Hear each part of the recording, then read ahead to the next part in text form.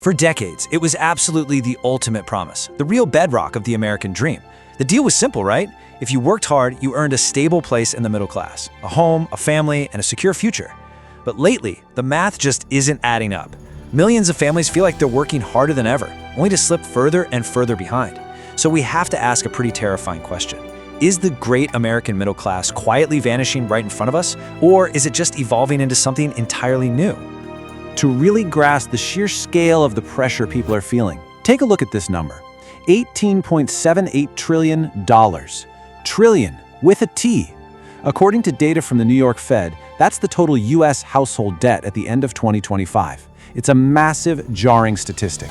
And it proves that the financial squeeze you or your neighbors might be feeling isn't just in your head. It's a systemic reality. People are literally leveraging their futures just to survive the present.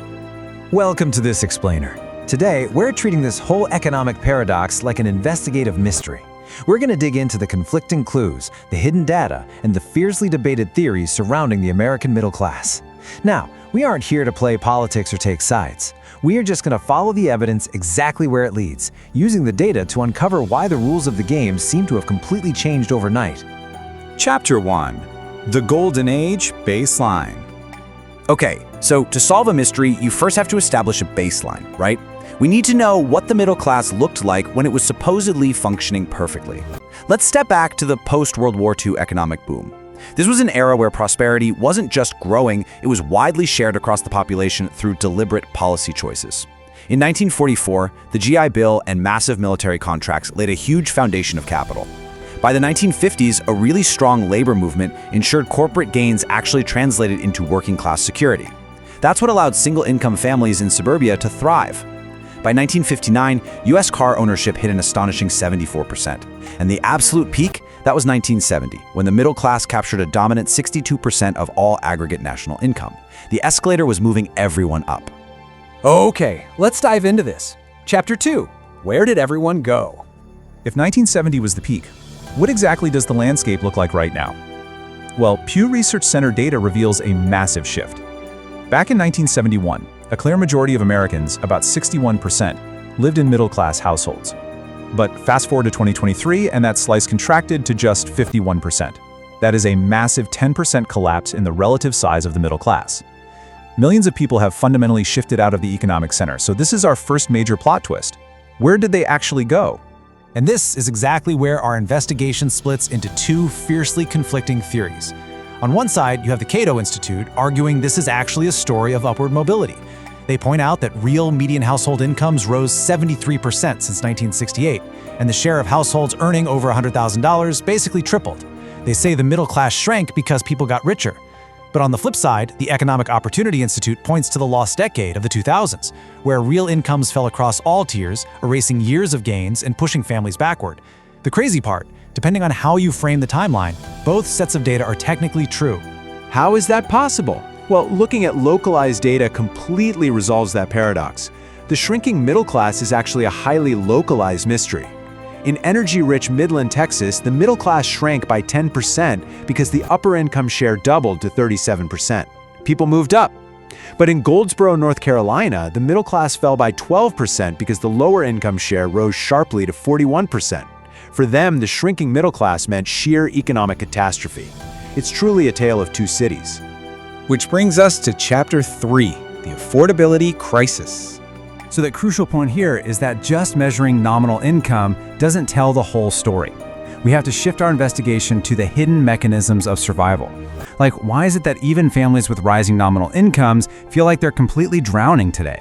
Enter a critical demographic defined by researchers as ALICE. That stands for Asset Limited, Income Constrained, Employed. We're talking about a staggering 36 million American households, about 29% of the country. These families earn above the outdated federal poverty line, which means they don't qualify for most assistance, but they earn far less than what it actually costs to survive in the modern economy. They're fully employed, but totally financially trapped. And honestly, that brings us to one of the most shocking statistics in this entire explainer. According to a comprehensive analysis by Brookings, 1/3 of the American middle class does not make enough money to afford basic necessities. Really think about that. 1 in 3 middle-class families cannot comfortably afford the baseline costs of a decent life. So how did we get here? Well, Because the basic ingredients of the American dream have skyrocketed in price. Housing prices consistently outpace local incomes. Public university tuition, which was once the great equalizer, now averages a crushing $15,000 net price for families earning just $45,000 a year. Even basic legal crises, which average around $2,500, can totally ruin an Alice family. Add in the compounding weight of childcare and healthcare premiums, and the math of the system just no longer works in the average family's favor. Now, what's really interesting here is the hidden structural shift behind this gap. Between 1979 and 2025, U.S. labor productivity grew by an incredible 90.2%. But the typical worker's pay? That only grew by 33%. The median worker would be earning an additional $16.40 per hour today. Instead, that immense wealth generated by the American worker was quietly routed somewhere else. And to compound that wage stagnation, corporate America executed what is basically a silent transfer of risk. The National Institute on Retirement Security points out that corporations systematically dismantled defined benefit pensions, the ones that guaranteed lifetime income. In their place, we got defined contribution 401k accounts. This quietly shifted the entire burden of investment strategy, market volatility, and the terrifying risk of just outliving your money squarely onto the shoulders of the individual worker. It's left so many seniors highly vulnerable. And we have to be clear, this affordability crisis doesn't hit everyone equally. Brookings data reveals profound demographic disparities. While 27% of white middle-class families struggle to afford basic necessities, that number jumps to 39% for Black families, 41% for Asian American families, and a staggering 50% for Latino families. Despite having very similar nominal median incomes, historic wealth gaps and a lack of inherited assets mean families of color have much, much thinner safety nets when the cost of living spikes. To really bring that data to life, let's look at a specific example cited by Brookings. In Prince George's County, Maryland, which is a historically affluent, majority Black suburb, researchers found that dominant institutions and real estate appraisers systematically undervalue Black-owned space compared to white neighborhoods with identical incomes. It's institutional hurdles exactly like this that actively wipe out generational home equity, stripping wealth away from the middle class regardless of how hard they work. Let's move on and see how all of this builds up. Chapter 4. The ripple effects. We need to broaden our lens here. Why does this matter to everyone, even if you are comfortably sitting in the upper income bracket? What are the ultimate stakes of this investigation? Because a dying middle class isn't just a financial crisis, it's a systemic one. Research from the University of Chicago reveals a dark ripple effect. Unequal economic conditions and a hollowing out of the middle class generate deep, deep public grievance. It breeds skepticism toward institutions and accelerates extreme political polarization, and even democratic backsliding. When people feel the economic game is rigged against them, the very fabric of democratic governance begins to fray. We've followed the clues, the income gaps, the localized collapses, the soaring costs of survival, and the massive shifting of risk. The evidence clearly shows a class of people transformed from comfortable earners into high-stress survivors. The trajectory we're on is entirely unsustainable. So I'll leave you with this haunting, unresolved question to really think about.